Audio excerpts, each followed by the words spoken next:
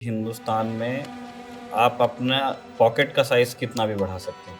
आय रहलन हड़का के गइलन सब लोग के, मुखिया सरपंच कांपत रहलन। जानता रह के डीएम हम आपको पता है कि जिस दिन आप आईएएस बन गए और लाल बत्ती लग गई गाड़ी पे, उस दिन सारे ये जो सोशल स्ट्रक्चर है ना ध्वस्त। शर्मा जी के घर का माहौल कुछ और होता है, हमारे घर का माहौल कुछ और होता है। अंधाधुन पैसा आपके पास होगा तो लोग फिर नहीं ध्यान देंगे कि आपका टाइटल पे है।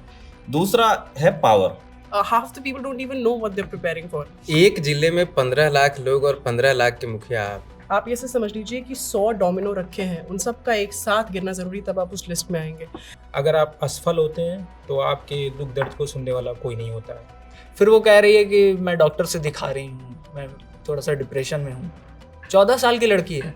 कोचिंग माफिया, जब आप उनके पास जाएंगे तो आपको पता चलेगा 1-1.5 साल बाद पढ़ने के बाद कि आपने कुछ नहीं हासिल किया। बच्चे खुद से आईएएस को नहीं पहचान पाएंगे, वो सिविल ड्रेस में होता है।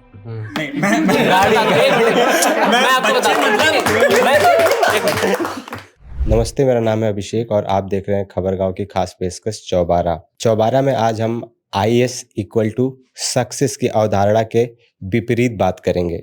जी हाँ, इसी हफ्ते यूपीएससी के रिजल्ट्स आए हैं और इसमें लगभग 1009 लोग ऐसे हैं जिन्होंने सक्सेस प्राप्त की है इस परीक्षा में, लेकिन बाकी के जो 99.9% लोग हैं उनका क्या होता है एंड उनके बारे में कोई क्यों बात नहीं करता है। हमें इसको लार्ज स्केल पे समझने की आवश्यकता है। तो आईएएस इक्वल टू सक्सेस की अवधारणा को तोड़ने के लिए हम सबसे पहले आपको मिलवाते हैं हेमंत जी से। हेमंत एक बहुत ही प्रतिभाशाली आदमी है जो आईएएस की प्रिपरेशन में थे, लेकिन उसके बाद अभी ये खबरगांव में है। हमारे यहाँ रिसर्च और स्क्रिप्टिंग का काम बहुत ही अच्छा करते हैं। तो हेमंत, आपसे मैं डिफ़िकल्टीज़ के बारे में जानना चाहूँगा सबसे पहले तो, और फिर आपकी पर्सनल स्टोरी भी अगर आप बता पाए तो। देखिए, डिफ़िकल्टीज़ तो बहुत सारी रहती हैं, जैसे पढ़ाई के दौरान पैसे को लेकर के, क्योंकि आप एक मिनिमम बजट आता है आपके पास घर से, उसी में आपको तैयारी करनी होती है। कोचिंग की फ़ीस अलग से भरनी होती है। उसके बाद पढ़ाई के दौरान टेस्ट सीरीज बहुत इंपॉर्टेंट रोल होती है। टेस्ट सीरीज के लिए भी, कोचिंग के लिए फ़ीस और तरह-तरह की वो करनी होती है। और 1 साल जो कि तैयारी में, एक यूपीएससी में अगर आप तैयारी कर रहा है कोई भी स्टूडेंट, तो 1 साल लगता है। अगर आप फेल हो जाते हैं तो फिर 1 साल आपको तैयारी करनी होती है। उस दौरान 1.5 से 2 लाख रुपए फिर आपकी 1 साल की तैयारी में लगते हैं। तो डिफ़िकल्टीज़ तो बहुत सारी हैं। और अगर आप सफल होते हैं तो अच्छी बात है, अगर आप असफल होते हैं तो आपके दुख दर्द को सुनने वाला कोई नहीं होता है। एक जो यूपीएससी एस्पिरेंट होता है उसके पीछे की मोटिवेशन को समझना चाह रहा हूँ कि ये मोटिवेशन कहाँ से आता है, क्योंकि देखिए, मोटिवेशन एक तो उसके खुद के लक्ष्य होते हैं कि मुझे हाँ ये बनना है। फैमिली के वो होते हैं कि नहीं मेरा लड़का ये बनेगा, या ऐसे उसको कुछ होते हैं। ठीक है, हमारे साथ आस्था भी है। हम आस्था से भी जानना चाहेंगे कि मोटिवेशन जो होता है वो कहाँ से डिराइव्ड होता है। बहुत सारे केसेस में खुद का भी मोटिवेशन होता है, लेकिन पेरेंट्स या फिर किसी के द्वारा दिखाया गया ड्रीम भी होता है उसमें। तो आस्था, आपकी क्या इस पे राय है? जो आपने कहा, मतलब pretty much ऐसा ही होता है कुछ। अगर इंस्पिरेशंस और मोटिवेशन की हम बात करें तो बहुत कम उम्र में होते हैं, जब कोई भी किरदार, चाहे फिल्म में देख रहे हैं, टीवी पर देख रहे हैं, असल ज़िंदगी में कोई चीफ गेस्ट बन के भी आया है स्कूल में, तो वो छाप छोड़ जाते हैं आप पर। और कुछ के साथ ऐसा होता है कि शायद एक सर्टेन एज पर पहुंचने के बाद उनको रियलाइज़ होता है कि नहीं, हम ये काम कर सकते हैं, वी फिट द बिल। तो मतलब बहुत सारे हैं। मतलब अगर यहाँ पे 10 लोग खड़े हैं तो आप 10 से पूछेंगे तो शायद 20 और रीजंस निकल के आएंगे कि इस वजह से कोई मोटिवेट होता है। पर मुझे ऐसा लगता है एक बहुत बड़ा तबका है जो आर्थिक तंगियाँ उनसे जूझते हुए इसकी तैयारी करता है, और उसका बहुत बड़ा कारण ये है कि उन्होंने अपने आसपास ऐसे लोग देखे होते हैं कि उन्हीं की जैसी कहानी होती है कि हम मिट्टी से जुड़े हैं, वहीं से उठे हैं और कहीं पहुँचे हैं जाके। तो जैसे 12th फिल्म में भी हमने देखा था, वो शायद रिलेटेबल इसीलिए लगती है कि हाँ, कि इतना रियल है कि, और ये कि हम में से कोई निकल के वहाँ, ये ना कैसे बताऊँ, अर्बन लेजेंड्स की तरह है कि हमने औरों के बारे में कहानियाँ सुनी हैं, आप कब उस कहानी का हिस्सा बनते हैं। तो और अगर सक्सेसफुल हो पा रहे हैं आप उस चीज़ में, तो दैट्स अ ह्यूज थिंग। तो मैं जितने लोगों से मिली, मतलब व्हेन आई वाज प्रिपेयरिंग, तो उसमें एक बहुत बड़ा हिस्सा ऐसा था जिन्होंने इन लोगों को ऑन ग्राउंड काम करते हुए देखा था। मेरी मोटिवेशन कभी नहीं आई। मेरे स्कूल में भी कोई चीफ गेस्ट, कभी ब्यूरोक्रेट्स नहीं आए थे, मतलब मैं वैसे बता रही हूँ। तो शायद लंबा खिंच रहा है कि मुझे समझ नहीं आ नहीं रहा, नहीं, बट आई हाँ, थिंक इसमें ना रूरल और अर्बन सेटअप का भी अंतर होता है मोटिवेशन के अलग होने का। जैसे आपने आर्थिक कारण बताया, सही है वो गुलेल समझते हैं, हाँ गुलेल गुलेल, समझते हाँ हैं। हाँ हाँ तो ये एग्जाम ऐसे आपको कैटापुल्ट करता है। आप कहीं किसी भी बैकग्राउंड से आते हैं, किसी भी पृष्ठभूमि से आते हैं, चाहे आप एक लो मिडिल क्लास स्ट्राटा से आ रहे हैं, मिडिल क्लास स्ट्राटा से आ रहे हैं, कहीं से भी आते हैं, just catapults you into something very different and something very good. You become you belong to the highest of the echelons. तो शायद इसीलिए इस एग्जाम का क्रेज इतना ज्यादा है। इसके आसपास एग्जाम के फैंस भी हैं, केवल क्लियर करने वालों के नहीं, पर क्रेज शायद इस वजह से बढ़ जाता है। और सोशल मीडिया के एडवेंट के बाद, क्योंकि हम सक्सेस स्टोरीज इतनी फीड नहीं की जा रही, वो आ ही रही हैं, वो अचीव करते हैं, तो शायद एक करिश्मा सा बन जाता है कि जो भी हम स्क्रीन पे देख रहे हैं कि हम भी कर पाएंगे, हम भी कर लेंगे, वो चीज़ करनी चाहिए। Half the people don't even know what they are preparing for. तो ओके ये भी होता है। ओके। सो निखिल सर, इस बार माफ कीजिए निखिल, इस बार एमपी से, हालांकि ऐसी अवधारणा रही है कि बिहार से ही सारे आईएएस आते हैं या फिर कुछ यूपी से भी, लेकिन एमपी जैसी जगह से भी 20 से 25% ऐसे प्रतिभागी थे जिन्होंने क्लियर किया है यूपीएससी। तो आप सोसाइटल प्रेशर और कुछ कारणों के बारे में बताइए कि क्या मोटिवेशन है। सबसे बड़ा मोटिवेशन यही है कि हिंदुस्तान में आप अपना पॉकेट का साइज कितना भी बढ़ा सकते हैं, लेकिन अपवर्ड मोबिलिटी सोसाइटी में नहीं मिलेगी आपको, है ना। आप जिस स्थान पर आप पैदा हुए हैं, आप उसी स्थान पे रहेंगे, वहीं करोड़पति बनेंगे, वहीं विधायक और वहीं सांसद बन जाएंगे, वहीं प्रधानमंत्री बन जाएंगे, तभी भी आप रहेंगे जो जिस पहचान के साथ आप हैं। अपवर्ड मोबिलिटी हमारे यहाँ जीरो है। वो उसको तोड़ने वाली बहुत कम चीजें हैं। तो एक तो पैसा हो गया, अंधाधुन पैसा आपके पास होगा तो लोग फिर नहीं ध्यान देंगे कि आपका टाइटल क्या है। दूसरा है पावर। आप बहुत बड़े क्रिमिनल बन जाइए, हर कोई आपसे डरता है या हर कोई आपसे नजर मिलाने से बचता है। आपने फिर से वो सोशल लैडर तोड़ दिया। अपवर्ड मोबिलिटी एक है, आपका रसूख है, और फिर अगर आपको लीगल तरीकों से वो काम करना है तो वो उसके लिए आईएएस है। ये बहुत बड़ा रीजन है कि ज्यादातर पिछड़े इलाके हैं हमारे देश के, जहाँ पे दूसरे मौके नहीं है लोगों के पास में। वो जम्मू कश्मीर हो सकता है जहाँ कोई इंडस्ट्री नहीं है, वो एमपी जैसा एक पिछड़ा राज्य हो सकता है जहाँ पे न शिक्षा की बहुत अच्छी कोई खास व्यवस्था है। खेती जरूर होती है एमपी में, ये मैं कहता हूँ, अच्छी खेती होती है, लेकिन इसके अलावा बाकी मौके कम हैं। बिहार से अभी मैं आ रहा हूँ, पटना से, same story. East UP same story. तो जहाँ मौके, नॉर्थ ईस्ट, जहाँ मौके कम रहेंगे लोगों के पास में, और ये स्ट्रेस रहेगा कि मैं अगर कुछ करूंगा नहीं अपनी लाइफ में, अगर मैं ताकतवर नहीं बनता तो मैं जैसा पैदा हुआ मैं वैसा मर जाऊंगा। वो वहां पे एक वो इनहेरेंट प्रेशर है, वो थोड़ा इमोशनल भी हो जाता है। हाँ, उसको पर्सनल प्रेशर। इसीलिए वो डायरेक्ट कलेक्टर बनना चाहता है वो आदमी। इसलिए 12 साल 20, मतलब मैंने 10-12 साल तो लोगों को लगाते हुए देखा हुआ है सिविल सर्विस में, कि कप्तान बनेंगे या डीएम बनेंगे, तब उनको लगता है कि अब फिर अगर एक बार वो डीएम बन गए या एक बार वो कप्तान बन गए, उसके बाद फिर दुनिया को वो ऐसे देखते हैं कि अब सब खत्म हो गया। मतलब मेरे आईएएस बनने के पहले जो मैं था, अब मैं कुछ और ही हूँ, और अब आपको मुझसे तमीज से ही बात करनी पड़ेगी। आप अपना काम लेके मेरे पास आएंगे, मेरा मन होगा तो मैं बैठूंगा, खड़ा होऊंगा जगह से, वरना मैं बैठा रहूंगा, आप खड़े रहेंगे, जब बोलूंगा तब आप बैठेंगे। तो ये एक बहुत ही सबलाइम चीज है। मैं नहीं कहता कि सिर्फ इस चीज के लिए लोग सिविल सर्विस परीक्षा देते हैं, हम इस पे एक्सप्लोर कर रहे हैं ना। लेकिन ये एक चीज होती है कि आपको अगर आप वो सोशल स्ट्रेस में पैदा हुए हैं, तो आगे बढ़ने के लिए आपको कुछ, वो है ना छोटी सी बात में, कि आपको अपने जीवन को एक जबरदस्त मोड़ देना है, तो उसका एक तरीका है सिविल सर्विसेज। ये एक बहुत बड़ा कारण है कि लोग सिविल सर्विसेज देते हैं और करना चाहते हैं। इतने ज्यादा लोग, ये जो एस्पेक्ट है हमारा कि छोटी जगह से आते हैं, तो वहाँ पे अगर कोई भैया किसी के हैं आईपीएस या फिर कोई भी सरकारी नौकरी आईएएस, तो उनका भी थोड़ा इन्फ्लुएंस होता है और उसके चक्कर में लोग भीड़ चाल में भी लग जाते हैं। तो आपका इस पे क्या कहना है? वो बिल्कुल होगा कि वो अथक प्रयास करते हैं और वो जो अपना हिडन टैलेंट है वो शायद ढूंढ नहीं पाते हैं। यार देखो, ये मोटिवेशन जब आपको एक पॉजिटिव मतलब इनपुट, अगर वो आपको एनर्जी दे रहा है कुछ अच्छा करने के लिए, तो मैं कहता हूँ कि हर तरह के मोटिवेशन का स्वागत करना चाहिए। चाहे वो आपके पीयर्स का हो, चाहे वो आपके माता-पिता का हो, चाहे वो जानने वाला का हो। अभी मैं और ऋषिकेश पटना में गए थे, तो वहाँ गंगा घाट पे यूनिवर्सिटी के पीछे कोई सुविधा नहीं, बस एक घाट बना हुआ है और पीछे यूनिवर्सिटी, सामने से ऐसे गंगा जी शांत चलती रहती है। सुबह-सुबह लोग वहाँ पहुँचते हैं और पेपर लगाते हैं, जो सेट होते हैं, दरोगा भर्ती या इसके उसके, और किसी का एक-दूसरे से संबंध नहीं, वो एक तैयारी का ग्रुप है, जो शायद 1 या 2 या 3 महीने पहले एक-दूसरे को नहीं जान वो लोग वहाँ आते ही इसलिए हैं क्योंकि उनको एक माहौल मिलता है। वहाँ जैसे नया बच्चा आया पटना में, तो उसको ऐसे 3-4 या 20 लोग वहाँ मिल जाएँगे, जिसने 2 या 3 बार वो एग्ज़ाम दिया है। तो अच्छा भैया वो बताइए, वो भैया भी उसको बता रहे हैं क्योंकि उसको बताने में इसकी भी तैयारी होती जा रही है। तो ये मोटिवेटिंग फैक्टर्स तो काम करते हैं। हाँ, उसमें फँस जाना कि आप अगर वो प्रेशर ले लीजिए कि मैं दरोगा ही बनूँगा या आईबीपीएस दे करके किसी को मैनेजर ही बनना है बैंक में, और फॉर दैट मैटर मैं सर्विसेज में मैं आईएएस में ही जाऊँगा, आईआरएस भी नहीं लूँगा, आईआरटीएस भी नहीं लूँगा, आईपीएस भी नहीं लूँगा।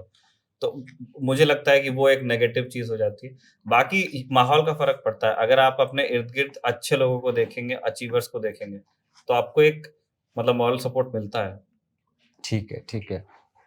शुभम के पास हम आएँगे। शुभम, आपने यूपीएससी की तो तैयारी नहीं, लेकिन आप काफ़ी सारे गवर्नमेंट एग्ज़ाम्स में रहे हैं रहे हैं, इन्वॉल्व। बिल्कुल। तो आप अपना एक्सपीरियंस बताइए कि ये कहाँ से, किसका ड्रीम था आपका, या फिर मतलब इसमें सरकारी जी। जॉब के पीछे क्या रीज़न था? अभी जैसे आप मोटिवेशन की बात कर रहे थे, हमारे साथी अभी हेमंत जैसे मोटिवेशन की बात बता रहे थे, आस्था बता रही थी। मोटिवेशन का क्या होता है ना, कभी-कभी जैसे मैं जिस जनरेशन में मतलब मैं बता रहा हूँ कि मैंने अपने साथ के लोगों में क्या देखा। हम जब स्कूल में, ज़्यादातर लोगों के साथ ये होता है, जब वो स्कूल में होते तो उन्हें नहीं समझ में आता कि इसके बाद क्या करना है या आगे चल के क्या करना है, अनटिल एंड अनलेस आपके पेरेंट्स इतने पढ़े लिखे हों या फिर वो समझते हो, हवा में ना बोले कि मेरा बेटा आईएएस बन जाएगा, मेरा बेटा डॉक्टर बन जाएगा, इंजीनियर बन जाएगा। उनको समझ हो कि आईएएस बनने का प्रोसेस क्या होता है। वो ऐसा नहीं है कि वो ग्रेजुएशन के बाद शुरू होता है, वो पहले से शुरू होता है। मैं अपना अगर एग्जाम्पल दूँ तो हम लोग मैं एक ऐसी फैमिली से आता हूँ जिसमें पेरेंट्स को ये तो पता था कि हाँ, बच्चा अच्छा कुछ करे, पर वो क्या बने नहीं पता। फ़िल्मों में देखा या शर्मा जी के लड़के टाइप को देखा कि हाँ, ये आईएएस बन गया तो बन जाए। शर्मा जी के घर का माहौल कुछ और होता है, हमारे घर का माहौल कुछ और होता है। तो मोटिवेशन हमें किसी को देख के आती है, बात सही है, लेकिन क्या वो मोटिवेशन हम अपने पे अप्लाई कर सकते हैं, हमें ये समझना चाहिए। दूसरी चीज़ कि प्लानिंग जो होती है, जो अक्सर हम लोग मिस कर देते हैं, हमेशा ज़्यादातर लोग। अगर हमें कुछ बनना होता है तो हमें बहुत पहले से उसकी प्लानिंग करनी पड़ती है। जैसे मैं अपने एल्डर ब्रदर की बात बताऊँ, तो उनका क्या सीन है, उनको पता था कि उन्हें 10th से ही सीए बनना है। वो 10th से ही सीए की प्रिपरेशन में लग गए और वो बन भी गए। मुझे नहीं पता था 10th में कि मुझे क्या करना है। बड़े भाई ने कॉमर्स से इंटर पास किया, मैंने भी कॉमर्स से किया। उन्होंने ग्रेजुएशन करी कॉमर्स से, मैंने भी ग्रेजुएशन करी। क्यों? क्योंकि बड़ा भाई कर रहा है, तुम भी कर लो। उनसे बड़ा भाई भी बीएससी से हुआ था, बट नहीं, बड़ा वाला कर रहा है, वो सीए बन जाएगा, तुम्हारा भी कुछ हो जाएगा। ये मेरा एक्सपीरियंस है, ज्यादातर लोगों के साथ होता है। मैंने कॉमर्स कर लिया, एकेडमिक्स मेरे अच्छे रहे। स्कूल में हमेशा हमारे स्कूल में ये पॉलिसी थी कि अगर कोई बच्चा किसी क्लास में टॉप होता है, अगले क्लास की उसकी बुक फ्री हो जाती है। तो चलता रहा, पेरेंट्स को एक ये परसेप्शन बनता रहा, लड़का पढ़ने में तेज है। आप यहाँ पे समझिएगा, पढ़ने में तेज है और एक आईएएस या कोई अफसर बनना, दोनों में बहुत अंतर है। लड़का पढ़ने में तेज है, बन जाएगा। ट्रू। एंट्रेंस दिया, बनारस हिंदू यूनिवर्सिटी हमारे क्षेत्र में सबसे अच्छा, मतलब जो लोग दिल्ली या कहीं और नहीं जा सकते, वो प्रेफर करते हैं कि वो वहीं से पढ़ाई करेंगे। वहाँ पे एडमिशन होता है, एंट्रेंस में भी रैंक होल्डर बनता हूँ। पेरेंट्स की परसेप्शन एक लेवल और ऊपर कि नहीं, अब एंट्रेंस में भी अच्छा कि अभी आगे और कुछ करेगा। अभी वो तैयार है कि आगे हमें और कौन सी बड़ी चिट्ठियाँ खोलनी है तुम्हारे नाम की। ग्रेजुएशन होते होते ये लगता है कि एमबीए में स्कोप बनता है, कॉमर्स के बाद एमबीए कर लो, दिया। एमबीए में ये होता है कि आप कैट का एग्जाम देते हो, बट साइड बाय साइड आपको कॉलेजेस के लिए फॉर्म्स भी देने पड़ते हैं। मैंने सिर्फ कैट का एग्जाम दिया। सेकंड ईयर में था मैं, सेकंड ईयर कंप्लीट हो चुका था तब मैंने दिया। तो मुझे एडमिशन नहीं लेना था, बट कैट में मेरे उस वक्त मतलब बेसिक थी तैयारी से 58 परसेंटाइल आए थे। बीएचयू मिल जाता, बीएचयू 40 परसेंटाइल तक मिलता था। घर वालों को लगा अरे एमबीए भी निकल गया, ये लड़का कर लेगा, एमबीए में अगर बिना तैयारी किए कर रहा है तो कर लेगा। तो अब आप देखिए, मुझे करना कुछ और था। पहले बोला गया कॉमर्स करो, कर लिया। फिर बोला गया बीएचयू में, अच्छा ये अच्छा गया, तुम्हारा 2 साल अच्छा चला गया, बहुत अच्छे तुम्हारे मार्क्स आ गए हैं 2 साल में, तीसरे साल में हो, अब तुम एमबीए को दो। मैंने दिया, मुझे नहीं पता मुझे क्या करना है, भैया कुछ कह रहे हैं, पापा कुछ कह रहे हैं, मुझे करना है, उनको भी नहीं पता मैं क्या बोल रहा हूँ, बट पढ़ने में अच्छा है तो कर लेगा। आपको कब ये फिर मैं बता रहा हूँ। रियलाइज हुआ कि आपको क्या करना है? एग्जैक्टली मैं बता रहा हूँ। फिर मैंने एमबीए का एग्जाम दिया, फिर वो टला, आगे आया। फिर हम आते हैं बैंकिंग पे। बैंक का एग्जाम देने गया, मेरी एज पूरी नहीं थी, बैंक के एग्जाम से प्री क्लियर हुआ था, मेंस के लिए नहीं हो पाया था क्योंकि भाई ट्रायल मोड था, एज थी नहीं हो पाया। लड़का अभी भी अच्छा है, बैंक एग्जाम में अच्छे मार्क्स ला रहा है, पहले ही दूसरे अटेम्प्ट में। ये माना जाता है कि 4-5 अटेम्प्ट तो लगेंगे क्वालिफाई होने में। फिर आती है बारी एसएससी की। मुझे नहीं पता एसएससी क्या चीज थी, क्या होता है। मुझे पढ़ना अच्छा लगता था, मैंने तैयारी शुरू की, एसएससी भी दिया, एसएससी फर्स्ट टाइम में क्वालिफाई हुआ। लेकिन उसके बाद मुझे रियलाइज हुआ कि अगर मैं एसएससी में आगे चल के मेरा ज्वाइनिंग होता भी और मैं ज्वाइन हो भी जाता हूँ तो मैं इसमें नहीं रह पाऊंगा। फिर मुझे रियलाइज हुआ कि नहीं, मेरी पर्सनैलिटी, मेरा मन, मेरे सोचने का तरीका, मेरे पढ़ने का तरीका, मेरे बात करने का तरीका, ये सब कुछ उससे अलग है जो कि मुझे एक सरकारी नौकरी या आईएएस या मिलता है। फिर मुझे एक चीज ये रियलाइज हुई कि भले ही मैं कल को कोई आईएएस अफसर, गजेटेड ऑफिसर बन जाऊं, लेकिन शायद मैं वो नहीं हूं जो एक पर्सनैलिटी होनी चाहिए उन लोगों की। तो यहाँ पे मुझे रियलाइज हुआ ना कि हमें अपने अंदर से पता होना चाहिए कि हमारी पर्सनैलिटी क्या है, हम किस चीज में अच्छा कर सकते हैं, रादर कि हमारे पेरेंट्स हमेशा ये डिसाइड करें कि यार मेरा लड़का पढ़ने में अच्छा है तो ये आईएएस बन जाएगा या आईपीएस बन जाएगा। और शायद ये पूरा माहौल, जैसे अभी निखिल सर बता रहे थे कि पूरा माहौल जो होता है ना, हम कहीं ना कहीं सिनेमा या अपने आसपास के लोगों से देख के सीखते हैं कि आईएएस मतलब बड़ा पद, ओहदा, लड़का घर से निकलेगा तो 4 लोग सलाम ठोकेंगे। अरे लड़का घर से निकल भी नहीं पाएगा उसके सिर पे इतनी जिम्मेदारी रहेगी, वो जो पैसे कमा रहा है वो भी इंजॉय नहीं कर पाएगा। तो आप उसको देखो ना कि वो क्या करना चाहता है। तो मोटिवेशन बाहर से नहीं लेनी है, आपको अंदर से लेनी है कि आप कौन सी जिंदगी जीना चाहते हो। मैं अपनी जिंदगी जीना चाहता था, इसलिए मैं वो काम कर रहा हूँ जिसमें मैं खुश हूँ। माता पिता की सोच के हिसाब से अगर मुझे जिंदगी जीनी चाहिए थी तो हाँ, मैं पढ़ने में बहुत अच्छा था तो मुझे शायद अफसर होना चाहिए। पर आज उनको भी समझ में आता है कि वो आज जहाँ है, जो भी कर रहा है, अच्छा कर रहा है। आपको काफी एक टाइम के बाद ये रियलाइज हो जाता है। मैंने जब प्रिपरेशन छोड़ी, कुछ एग्जाम्स क्वालिफाई हुए थे, मैंने उसके बाद छोड़ के जब इधर जर्नलिज्म शुरू की तो बुरा लगा। बट यहाँ पे मेरे भैया का रोल आता है, उन लोगों ने समझाया कि केवल फाइनेंशियल कंडीशन अच्छी करने के लिए आप मत करिए, पूरी जिंदगी है, पैसे बहुत तरीके से कमाए जा सकते हैं। लड़का जो करना चाहता है या जिस काम को वो लंबे समय तक, नौकरी कोई 2-4-10 साल की खेल तो है नहीं, आपको अपने आने वाली पूरी जिंदगी करनी है, बोर होके आप कर नहीं सकते। तो अगर लड़का कुछ अलग करना चाहता है, क्रिएटिव करना चाहता है, आउट ऑफ द लीग करना चाहता है तो उसे मौका दीजिए। सिर्फ पैसे के लिए आप मत जाइए और सिर्फ पद के लिए मत जाइए। तो मोटिवेशन लेना है, मैं तो यही कहूंगा लोगों से, मोटिवेशन लेना है तो आप अपने आप से लो कि आप क्या करना चाहते हो, रादर कि कोई और आपके बारे में सपने देख रहा हो। तो ठीक है। आकाश, आप एक स्टोरी बता रहे थे रेजिलियंस की, उसके बारे में थोड़ा। तो 2 साल पहले मोटिवेशन क्या था? तो 2 साल पहले यूपीएससी का रिजल्ट आया और तो एक हम लोगों ने ऐसे ही प्लान किया, मेरे ख्याल से उसी वक्त 12th फेल आई थी, तो एक स्टोरी प्लान हुई कि यूपीएससी के जो तैयारी करने वाले लोग हैं उनकी स्ट्रगल पे एक स्टोरी करते हैं कि ये लोग किस हालत में रह के तैयारी कर रहे हैं। तो मुखर्जी नगर भी गए और फिर इंदौर की तरफ भी गए। तो पहले इंदौर फिर मुखर्जी नगर की बता देता हूँ। इंदौर में एक लड़की मिली, वो बैग वैग टांग के बैठी हुई थी। हम लोग एक लाइब्रेरी में गए बात करने के लिए, तो वहाँ 8-10 लोग थे, उनसे बात करना था अपन को। उसमें एक बच्ची एकदम मतलब वो दिख रहा था कि भाई ये 15-16 से ज़्यादा की नहीं है। बातचीत शुरू हुई तो उसने कहा कि मैं 14 साल की हूँ, 11th क्लास की लड़की है और वो कोचिंग पढ़ाई कर रही थी यूपीएससी की तैयारी। तो मैं मतलब उत्सुकता बस उससे ये मैंने पूछा कि क्यों तैयारी कर रही हो। मुझे लगा कि भाई खुद से सोचा होगा कि हाँ करना है। तो उसका ये कहना था कि मेरा ना 10th में 2nd रैंक आया था और स्कूल में ऐसा नहीं, पढ़ने में तेज, अरे उल्टा है होता कि 10th स्कूल में हमारे यहाँ रिवाज ये है कि जो पहला टॉपर आता है, फर्स्ट रैंक जिसका होता है, उसका नाम वहाँ पे एक बोर्ड है दर्ज कर दिया जाता है। जैसे लॉर्ड्स क्रिकेट ग्राउंड में जो टेस्ट सेंचुरी मारेगा ना, उसका नाम लिख दिया जाता है, वैसा कुछ। तो बोले कि मेरा 1 रैंक से पीछे छूट गया, मैं 2nd रैंकर थी, तो मेरा नाम नहीं दर्ज हुआ ना, तो पापा बहुत रोए। और फिर पापा ने मुझे कहा कि अब तुम जिले के डीएम बनना ताकि तुम्हारी तख्ती लगे, और इसलिए मैं आ गई। पापा रूठ गए थे। हाँ, और भाई वो बातचीत खुली तो क्योंकि वो खुल गई थोड़ी देर बात, आप बात करते हैं, कंफर्टेबल फील करता है आपका कैरेक्टर, तो बताने लगता है। फिर वो कह रही है कि मैं डॉक्टर से दिखा रही हूँ, मैं थोड़ा सा डिप्रेशन में हूँ। 14 साल की लड़की है, होता है प्रेशर। ठीक है।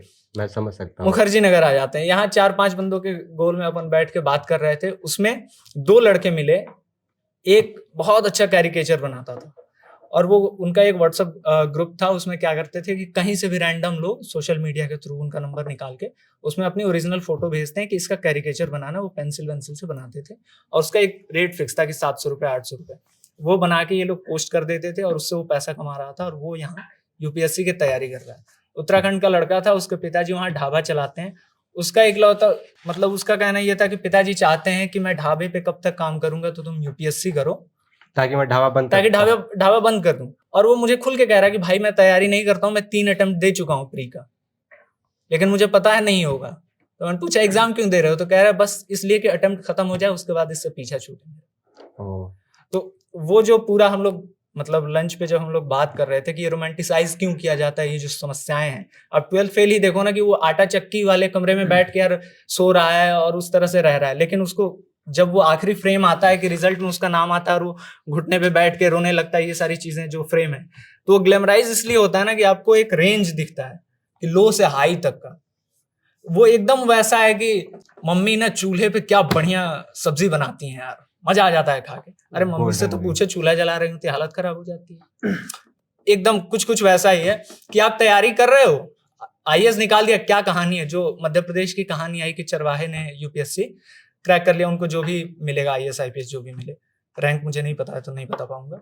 किसी को बधाई और लाखों को लानत कि देखो ये उससे पूछिए ना कि वो कैसे तैयारी कर रहा था यार, वो अपने पशुओं को चराने ले जा रहा है, फिर वो तैयारी भी कर रहा है, उसके पीछे क्या मोटिवेटिंग फैक्टर आपने लगा रखा है कि भाई तुम।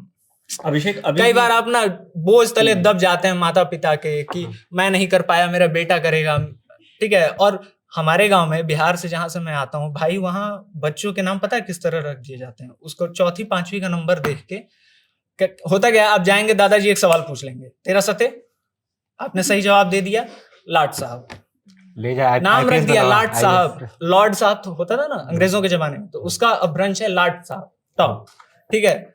आपसे कोई दूसरा सवाल पूछ देगा इंग्लिश का ट्रांसलेशन, राम आम खाता है अंग्रेजी में बताओ, आपने ट्रांसलेट करके बता दिया, उसी वक्त आपका नाम रख देगा एसपी बने। अब वो घूम रहा है, अब उसका नाम चंदन है, वो लिख रहा है चंदन कोट एंड कोट एसपी, वो फेसबुक पे प्रोफाइल बना के बैठा, वो बच्चा, अरे यार वो 9-10 साल का बच्चा है, पंचायत में भी हाँ, क्या बोला, दरोगा नाम है इनका कि अरे एसपी बाबू आ गए, बहुत प्यार से कलेक्टर साहब आ गए हमार, बहुत दुलार से माँ बाप कहते हैं कलेक्टर साहब होंगे, लाट साहब होंगे। एक तो वजह ये होगी। तीसरी वजह ये है, गांव में बिहार के परिप्रेक्ष्य में मैं ये कहूंगा कि आईएएस का पूरा इतिहास देखेंगे ना बिहार में खासकर, तो उसका बैकग्राउंड ये है कि वहाँ जो निखिल भी बात कर रहे थे, इशारा उसी तरफ था मेरे ख्याल से, कि कास्ट का एक उसमें रोल प्ले करता है, ठीक है। आपको पता है कि जिस दिन आप आईएएस बन गए और लाल बत्ती लग गई गाड़ी पे, उस दिन सारे ये जो सोशल स्ट्रक्चर है ना ध्वस्त, किस जात के हैं आपसे ऊपर भाई, उस हायरार्की में, कास्ट की हायरार्की में कौन है पता नहीं होगा लोग कि आज अगर मेरे ही कास्ट किसी भाई को अगर घोड़ी पे चढ़ने से रोका जा रहा है तो उस हायरार्की में बस इमेजिन कीजिए दलित कम्युनिटी का एक बंदा अपनी गाड़ी से उतरता है। हम यहाँ बैठ के या हम ये एज्यूम कर लेते हैं कि अगर कोई आईएएस अधिकारी है तो वो मतलब दुनिया की सबसे शानदार कुर्सी पर बैठा है, सबसे अच्छी नौकरी पर बैठा है, पर हमें लगता है शायद हमें उनसे भी ये पूछना चाहिए कि आप क्या सोच के तैयारी में आए और आप जब बन गए हो तो क्या आपको लगता है कि आप जिस कुर्सी पे हो, हाँ एग्जैक्टली, मजा आ रहा है कि नहीं। तो शायद मुझे नहीं लगता कि उनका जवाब बहुत ऐसा होगा जैसा हम सोचते हैं उनके बारे में। अभी जब हम लोग बातचीत कर रहे हैं, ये यूपी बोर्ड का रिजल्ट आया है 10th और 12th का भी, न जाने कितने बच्चे होंगे, जैसा भी आकाश बता रहे थे कि कोई कैरिकेचर अच्छा करता है, कोई कुछ और अच्छा करता है, न जाने कितने बच्चे होंगे जिनके सिर पर आज ही लाद दिया गया होगा, अरे वाह इसके तो बोर्ड में इतने नंबर आ गए, अब निकलो, हाँ अब निकलो, जाओ अब तुम सीधे यूपीएससी की तैयारी में लग जाओ, कोचिंग ज्वाइन कर लो, ग्रेजुएशन होता रहेगा, ग्रेजुएशन डिस्टेंस से कर लो, करेस्पॉन्डेंस से कर लो, तुम अब जाओ तैयारी करो। बच्चे का मन नहीं पता। हमें उन अधिकारियों से भी पूछना चाहिए एक बार कि क्या आप ये चाहते हैं? मिलेंगे तो मैं पूछूंगा। हालांकि कुछ एक्सपीरियंसेस बताते हैं लोग कि उसके बाद आदमी इतना घिर जाता है कि चपरासी को भी मालूम है कि उसकी पर्सनल लाइफ में क्या हो रहा है। तो आप सोच सकते हैं कि कितना हेक्टिक होता है। नौकरी बड़ी है तो रिस्पॉन्सिबिलिटी भी बड़ी होगी।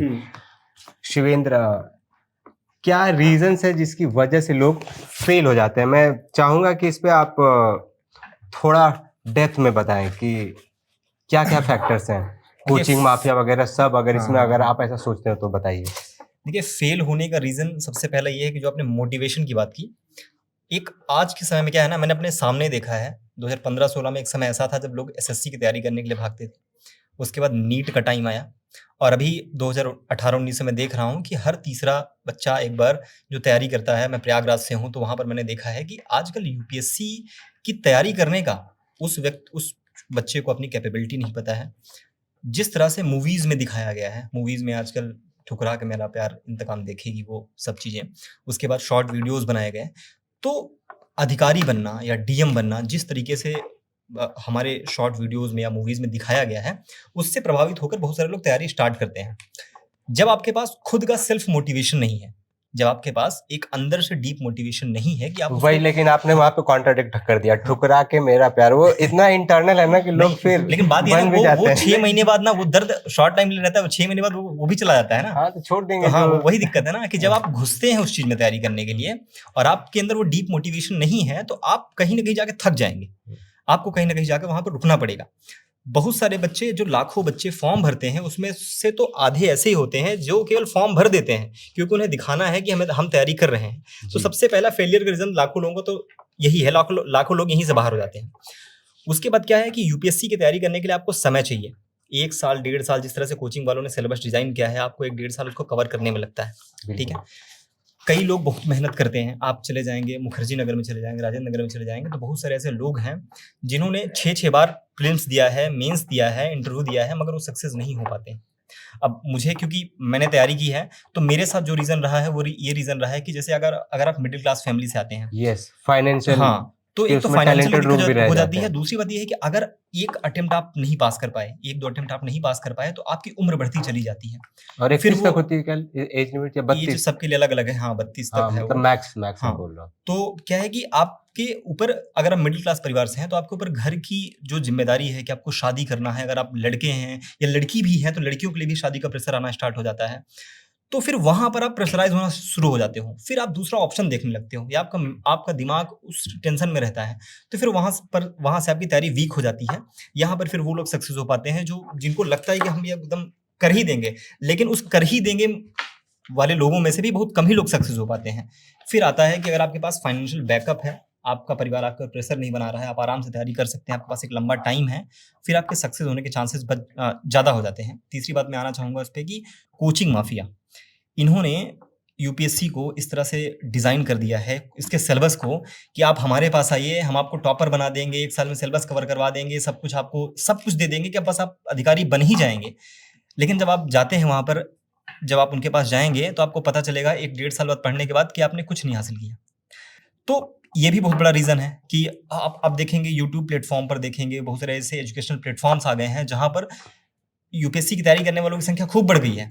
और वो वही लोग होते हैं जो 1-2 अटेम्प्ट सरकारी नौकरी की तैयारी करते हैं, कुछ नहीं कर पाते, तो आके पढ़ाने लगते हैं। और कुछ टैलेंटेड लोग भी हैं जो हाँ, मतलब वो बहुत यूपीएससी अच्छा की कर रहे तैयारी हैं, करते थे वो और बहुत अब अच्छा वो कर रहे हैं। कोच भी कर रहे हैं, बिल्कुल, वो भी वो अच्छा बहुत कर रहे हैं। अच्छा लेकिन कर रहे हैं। हालाँकि वहाँ पे लेकिन ऐसे लोग पहुँच जा रहे हैं जो हाँ, बिल्कुल। उस तो डेढ़ साल में। उनकी संख्या कम है, हुँ। जो अच्छे वाले हैं, जो वाक़ई आपको असलियत बताते हैं। बहुत सारे लोग तो आपको असलियत भी नहीं बताते हैं। आपको आजकल तो लगभग सारी कोचिंग संस्थानें ऐसा करती हैं कि 1-1 मिनट की मोटिवेशनल रील जब आपकी क्लासेस स्टार्ट होती हैं, फिर क्लासेस एंड होती हैं, वो दिखा के आपको बढ़िया बाकायदा उकसाया जाता है। फिर मैंने देखा बच्चों को ऐसे कि बच्चे रील देखेंगे, मोटिवेशनल देखेंगे, फिर 1 हफ्ते तक जम के पढ़ाई करेंगे, फिर 3 हफ्ते कुछ नहीं करेंगे। तो ये सारे रीज़न्स हैं, ये सारे दाल भात खा के सूझ जाएँगे। कोई एक रीज़न नहीं है, ये कई सारे फैक्टर मिलके फिर एक उन छात्रों को असफल बनाते हैं। ठीक है, ठीक है। तो ये तो फेलियर्स के बारे में बात हो गई और कैसे होते हैं और उनके रीजंस के बारे में भी बात हो गई, लेकिन अब कॉन्सिक्वेंसेस इसके बहुत डीप होते हैं, तो हम कॉन्सिक्वेंसेस समझना चाहेंगे। बिहार से आप ऋषिकेश, और वहाँ पे आपके भाई बंधु मित्रगण में से बहुत सारे लोग ऐसे होंगे जो आप जब 12th में थे तभी से तैयारी स्टार्ट कर दी होगी, और अभी उनका क्या है, मतलब जो बन नहीं पाया। देखिए, मैंने इतना तो ट्रैक नहीं किया कि किसने तैयारी की और किसने लेकिन नहीं कुछ की। भी होगा मालूम आपको। लेकिन जब हम यूपीएससी के बारे में इतनी बातें करते हैं तो एक चीज़ मैं पर्सनली इस तरीके से देखता हूँ कि ये किसी एक निजी व्यक्ति का प्रैक्टिस करने का एक अपना हथियार है, अपना पावर प्रैक्टिस करने का, और इसके थ्रू वो यूपीएससी में जाते हैं, वो आईएएस बनते हैं, आईपीएस बनते हैं। आप किसी भी ब्यूरोक्रेट से आप बात करें, ऑफ रिकॉर्ड बात करें, आपको एक चीज़ वो स्पष्ट तौर पे कहेंगे कि जो भी व्यक्ति कहीं as a DM, as a SP, SSP अगर पोस्टेड है, तो वो सरकार और सिस्टम तक पैसे पहुंचाने का एक जरिया मात्र है। और अगर वो पोस्टेड नहीं है तो वो मुख्यालय अटैच कर दिया जाएगा। ये एक बहुत बड़ी चीज़ है। मतलब हम सीधे तौर पे किसी का नाम लेके तो ये नहीं कह सकते ये सब भ्रष्ट है सब, लेकिन ये एक चीज़ है, ये एक फैक्ट है। और उसके बाद जैसे हमने कई बार पत्रकारिता में जब किसी रिपोर्टिंग के लिए कहीं गए, तो जैसे एक बार मैं एक जगह पे गया था, बालू खनन का कुछ ऐसा था, तो हमने बोला कि थानेदार को 40 लाख रुपए का महीना, मतलब 40 लाख रुपए सालाना इसका यहाँ का फिक्स है, नहीं 40 लाख रुपए का महीना। तो एसपी ने बोला हाँ है फिक्स। तो हम बोले कि अकेले पचा जाता है? तो बोला कि नहीं, अकेले तो वो लाख भी नहीं पचा पाएगा। तो हम बोले कि तो फिर क्या है? तो बोले कि तो हमसे क्यों पूछ रहे हो, हम भी उस सिस्टम में, हमसे ऊपर भी, हमसे ऊपर भी, उससे भी ऊपर। तो सबसे पहले तो मुझे ये नहीं समझ में आता तो कि आप एंड रिजल्ट की ओर चले गए ऋषिकेश में, नहीं कॉन्सिक्वेंसेस नहीं, मैं ये कह रहा हूँ कि अब मैं यहाँ इससे आगे बढ़ता हूँ। एक बार जैसे अभी दुआओं की आप बात कर रहे हैं, एक परिवार की सफलता और ये तमाम चीजें, मेरे गांव में परिवार के लोगों ने अपने एक व्यक्ति को बद्दुआ दी थी। ठीक है, हुआ क्या है कि गांव में बहुत दिनों से एक पारिवारिक विवाद चल रहा था खेत वेत को लेके।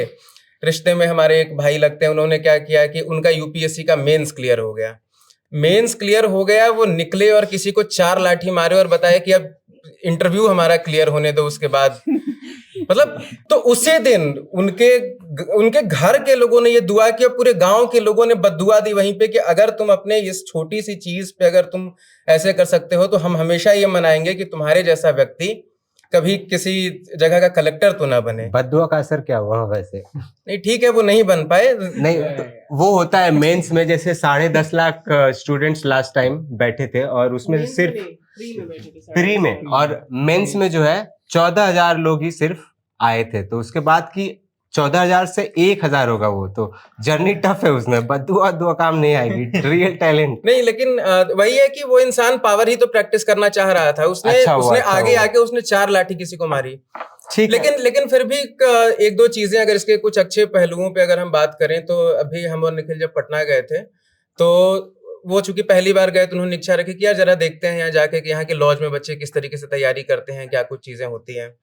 तो हम लोग गए, तो हम लोगों ने ये उम्मीद की कि जब हम लॉज में किसी कमरे का जब दरवाजा खटखटाएंगे तो हमें कोई 24-25 साल का व्यक्ति मिलेगा जो एसएससी रेलवे की तैयारी कर रहा होगा। आपको ये जानकर हैरानी होगी, पहले तो गेट खुला, हमने बोला कि हम लोग दिल्ली से आए हैं, तो क्या अच्छा आइए भैया बैठिए। फिर वो कह रहा है कि दिल्ली हम भी रहे हैं 4-5 साल। तो हम बोले कि मतलब 5-6 साल। तो हम बोले कि आप दिल्ली में क्या कर रहे थे, मतलब वहाँ किस चीज़ की तैयारी? तो उन्होंने बोला कि मैंने वहाँ 2 बार मेंस दिया है, 1 बार इंटरव्यू दिया है। हमारी वो स्टोरी अभी पब्लिश नहीं हुई है, वो आने वाले दिनों में वो हो जाएगी। तो लेकिन उन्होंने बोला कि हमने 2 मेंस दिया है, 1 इंटरव्यू दिया है, लेकिन अब वहाँ पे एज लिमिट हमने पार कर दिया और उसके बाद फिर सारे अटेम्प्ट्स भी दे दिए। तो अब यहाँ 2,000 रुपये का मतलब एक बेड लेके हम यहाँ तैयारी करते हैं और हमारा बीपीएससी का मेंस अभी देना है मुझे। अब आप सोचिए कि उस इंसान के पर्सपेक्टिव से एक बार देखिए कि जो भी आदमी 1 बार यूपीएससी का इंटरव्यू और 2 बार अगर मेंस दे दिया है, तो मुझे लगता है कि एटलीस्ट एकेडमिक के लिहाज से हम लोगों से तो कहीं ज्यादा काबिल आदमी होगा, मैं इस चीज को मानता हूँ। लेकिन उसको क्या चीज मिली? तो उसके बाद हम बोले कि आगे अब आप क्या करेंगे? तो कह रहा है कि आगे क्या करेंगे, अब जब कुछ होगा ही नहीं, ये भी लास्ट अपना 1-2 अटेम्प्ट देके देख लेते हैं, फिर कोई दुकान चलाएंगे। वही मैं कॉन्सिक्वेंसेस की ही मैं अब आप सोचिए कि पूरे जिंदगी का मतलब उसने क्या इन्वेस्ट नहीं किया, उसने अपना पीक टाइम दिन रात उसी चीज में, ये रटने में वो रटने में सब कुछ लगा दिया, लेकिन लास्ट में उसे हासिल कुछ नहीं हुआ। जिसको हासिल हुआ उसको अपना पावर प्रैक्टिस करना है। ठीक है जी। आस्था, एक चीज जो मिस हो गई, आपने भी अभी कहा कि 14,000 बच्चों ने मेंस लिखा, 1,000 जो है वो फाइनल लिस्ट में आएंगे, पीडीएफ में आएंगे। रियल टैलेंट चाहिए, वो 14 के 14 में भी, और जो 14,000 में शॉर्टलिस्ट भी नहीं होते ना, उनमें बहुत होते हैं यार जो टैलेंटेड। डिनाई नहीं कर रहा हूँ, लेकिन रियल टैलेंट जो उनके हिसाब से यूपीएससी के पैमाने के हिसाब से चाहिए, मैं उनको नहीं बोल रहा हूँ।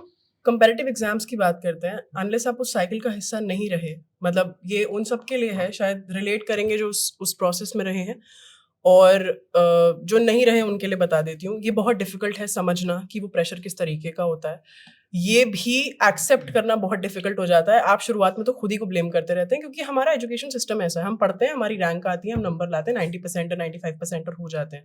It's that easy. In comparative exams it doesn't work like that. आप ये से समझ लीजिए कि 100 डोमिनो रखे हैं, उन सब का एक साथ गिरना ज़रूरी, तब आप उस लिस्ट में आएंगे। यहाँ अगर एक भी नहीं गिरता है तो आगे के प्रोसेसेस रुक जाते हैं।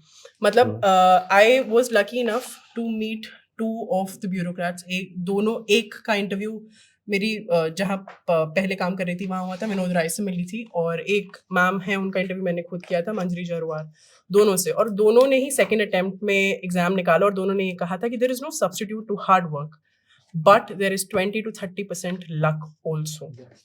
और ये उस एरा की बात है। ये इस एग्जाम में कंपटीशन कभी आसान रहा ही नहीं है। The cream of the cream prepares for the exam, चाहे वो लाखों में हो तादाद या हज़ारों में हो। बट हमने भी वही कर दिया ना, जो शायद उन एस्पिरेंट्स के जो उस पीडीएफ में नहीं आ पाते हैं, उनके माँ बाप, भाई बहन या आसपास वाले लोग आसानी से कह देते हैं कि अच्छा टैलेंट नहीं होगा, मेहनत नहीं की होगी तो इसलिए नहीं हुआ। ये मैं जेन्युइनली आपको बता रही हूँ कि ऐसा होता है। सेल्फ डाउट में आदमी चला जाता है। ये क्योंकि एक्सेप्ट करना थोड़ा मुश्किल है। आप खुद देखिए, we are all creatures of habit Abhishek. हम एक चीज हमें बताई जाती है, आप ये इनपुट देंगे तो ये आउटपुट आएगा। स्कूल में, कॉलेज में ये होता है, हम ग्राइंड करते हैं, पढ़ते हैं और रिजल्ट दिखता है। यहाँ पर ऐसा नहीं है, क्योंकि उन सब के अब क्या है कि इतना लंबा प्रोसेस है, साल भर का प्रोसेस है। अगर मई में एग्जाम हो रहा है, उसके 3 महीने बाद मेंस होगा। अगर आप वो निकालते हैं, इस बीच कुछ हो गया तो फैमिली में कुछ हो सकता है, पर्सनल लाइफ में कुछ हो सकता है, नौकरी कर रहे हैं वहां भसड़ हो सकती है। उसके बाद आप मेंस लिखते हैं। मेंस लिखने के दौरान भी वो प्रोसेस कितना रिगरस है, 7 दिन लगातार एग्जाम होता है, 9 पेपर लिखते हैं आप, 3 घंटे का एक एग्जाम है, राइट। और 2 शिफ्ट में पेपर होता है, एक दिन में 2 पेपर लिख रहे हैं और अगले दिन भी गैप नहीं है। मतलब आपके 4 मेंस के पेपर, 1 एसे का पेपर, 2 ऑप्शनल पेपर और 2 क्वालिफाइंग, और लगातार ये प्रोसेस चल रहा है। उससे पहले की तैयारी अलग, और अगर उस बीच कुछ भी मैसअप हो गया, आपके सारे दिन जाएंगे। तो वो डोमिनो जो गिरते हैं ना, वो नेगेटिवली भी गिरते हैं। ये समझना पड़ेगा हमें। अगर कोई और नहीं समझ सकता, तो मैं उस प्रोसेस में रही हूँ, तो मैं अब बता रही हूँ कि अगर आपकी फैमिली में कोई है जिसने शिद्दत से पढ़ाई की है, वो एग्जाम्स लिखे हैं, मतलब मैं ऐसे लोगों को जानती हूँ, उनके हाथ दुखने लगते थे मेंस वाले दिन ना, इंजेक्शन लेके, पेन किलर्स लेके उन्होंने एग्जाम लिखे हैं। 3 से 3,500 वर्ड्स शायद आप एक पेपर में लिखते हैं, दिन के 7.5 बैठते हैं। शायद मैं गलत बोल रही हूँ, बट ये होता है, पेन किलर खा के लिखना पड़ता है। दूसरे एग्जाम से पहले आप रिवाइज भी नहीं कर सकते, मतलब कितना, शायद 9 से 12 और 2 से 5 ये शिफ्ट रहती है, if I am not wrong, ये होता है।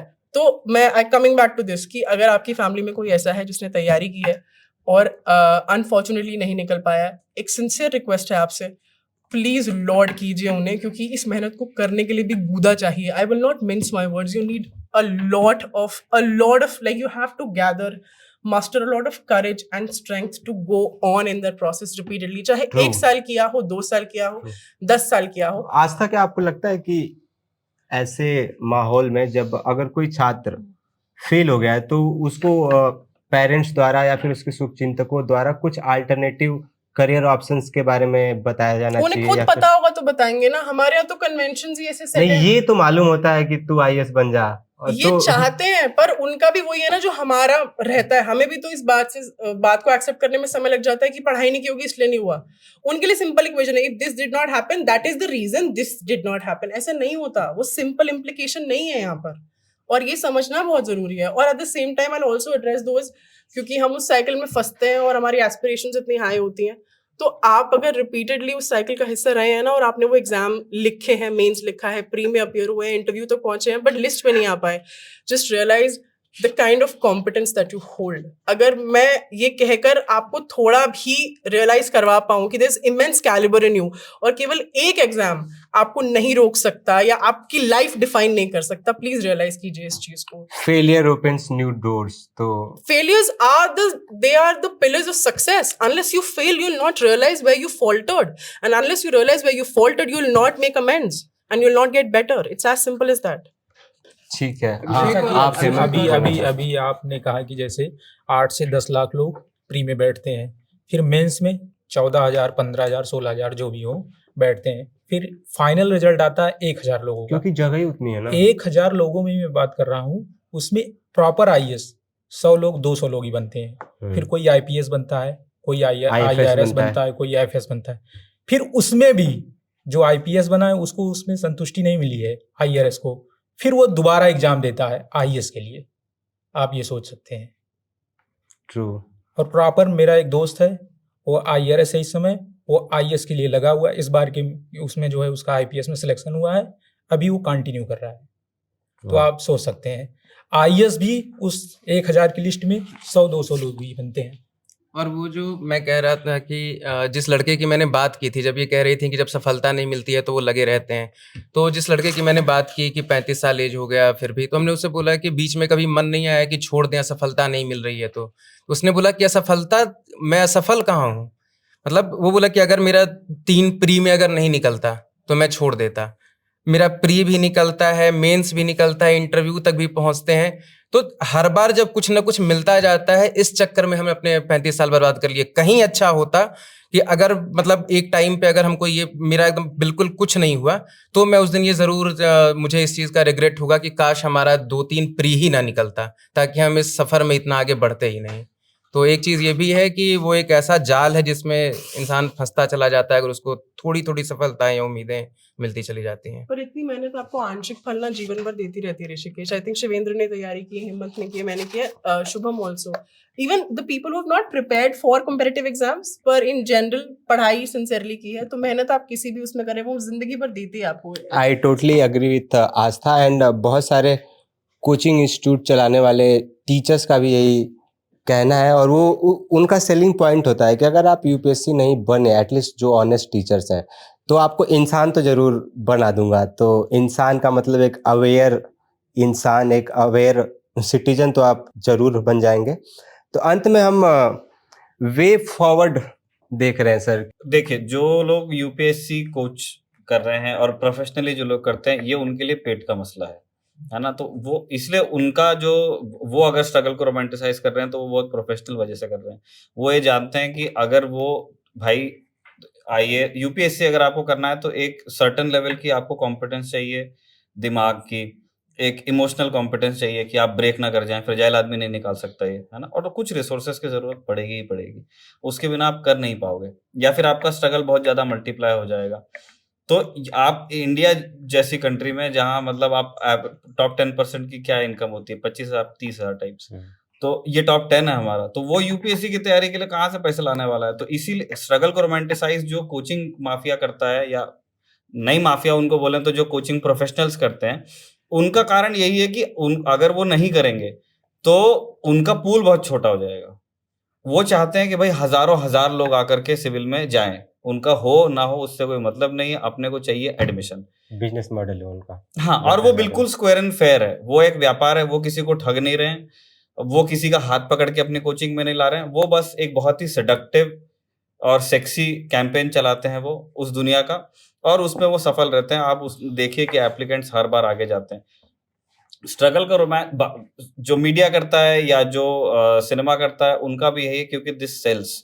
हम ऐसी कहानियां ही सुन करके बड़े हुए हैं कि मतलब हमको वो रैग्स टू रिचेस वाली कहानियां बहुत पसंद आती है। पहले कुछ नहीं था, जीरो से हीरो बन गया। हाँ, मतलब वो राजा बन गए। और हम मतलब हमारे पूरा हम जिस मतलब चाहे रिलीजन भी इसी बारे में है, रिलीजन भी यही बोलता है कि नहीं, बहुत मेहनत करो, बहुत मेहनत करो, बहुत मेहनत करो, स्वर्ग मिल जाएगा, है ना। जो रिलीजन्स आफ्टर लाइफ में नहीं मानते, उनका है कि इसी लाइफ में बहुत मेहनत करो तो कुछ अच्छा मिल जाएगा। तो हर जगह आपसे कहा जा रहा है कि आप घिसो, तो इसलिए उस घिसाई को सेलिब्रेट किया जाता है, उस चीज को ओवरलुक किया जाता है। जो अभी वो फिल्म आप डिस्कस हो रही थी यहाँ पे, 12वीं फेल, उसमें ओवरलुक किया जाता है कि यूपीएससी जैसी ऐसी एग्जामिनेशन जिनका कट ऑफ बहुत ही नैरो होता है, बहुत सारे लोग देंगे और उनमें से बहुत ही कम लोगों का। जैसे जेई एक समय पे ऐसा था, लेकिन आज जेई में बहुत एडमिशन है, सीटें बढ़ गई होंगी। एक मेडिकल में था, तो मेडिकल की तो हमारे ही सामने मतलब इन्हीं 10 सालों में सरकार ने सीट डबल कर दी है। तो कुछ जगह स्ट्रेस कम हो रहा है, लेकिन आईएएस का स्ट्रेस एग्जैक्टली वहीं पे है। तो हमें समझने की आवश्यकता है कि वो लिनियर नहीं है, है ना? ये प्रेम पर भी बात लागू होती है। हमको लगता है कि हम बहुत मेहनत करेंगे तो निकल जाएगा। सिविल सर्विसेज इस तरह का परीक्षा नहीं है।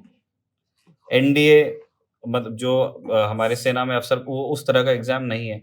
इस चीज को हम एक्सेप्ट नहीं कर पाते हैं पेरेंट्स ध्यान से सुन ले कि सिविल सर्विसेज का सिर्फ एग्जाम मेहनत जो है से नहीं ऐसा नहीं निकलेगा, है। सिर्फ मेहनत से वो नहीं निकलेगा। और ना ही वो लीनियर है कि पहले आप नौकरी लग जाइए, फिर आप शादी कर लेना, फिर 2 बच्चे कर लेना, फिर एडमिशन करवा लेना, फिर दिल्ली ट्रांसफर। ऐसा नहीं होता है।